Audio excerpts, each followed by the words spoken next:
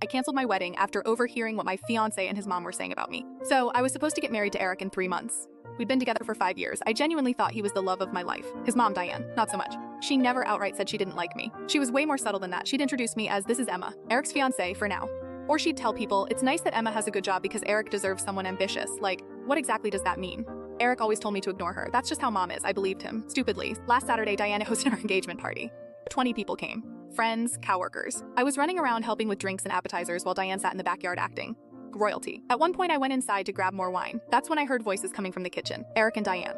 I wasn't trying to eavesdrop. I just froze when I heard my name.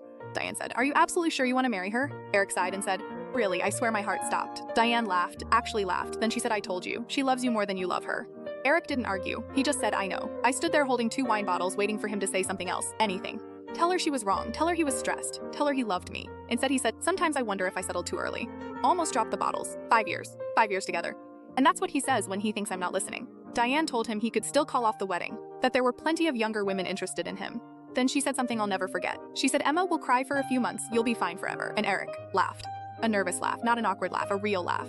I quietly put the wine back in the fridge, walked upstairs, and sat in our bedroom staring at the wall. I don't know how long, 10 minutes, maybe 20. I just kept replaying his words. I settled too early. Eventually I stood up, opened my laptop, and canceled everything. The venue, the florist, the photographer, the cake. I even canceled the honeymoon. The wedding website had an announcement feature, so I used it. I wrote, "Unfortunately, the wedding has been canceled.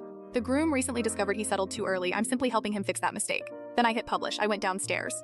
The party was still going. People were laughing, drinking, completely unaware. I walked up to Eric, handed him the engagement ring, and said, "You don't have to settle anymore." His face went completely white. Diane looked confused. Then her phone started buzzing.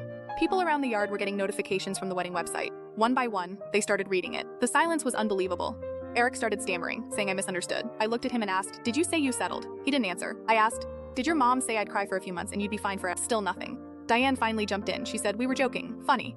Because nobody was laughing, I grabbed my purse and started walking toward my car. Eric chased after me, begging me to talk, saying he didn't mean it, that he loved me. I turned around and asked him one question. "If you really loved me, why were you only brave enough to say it after I heard the truth?" He didn't have an answer. That was 2 months ago. Last week, one of our mutual friends told me Eric's been miserable.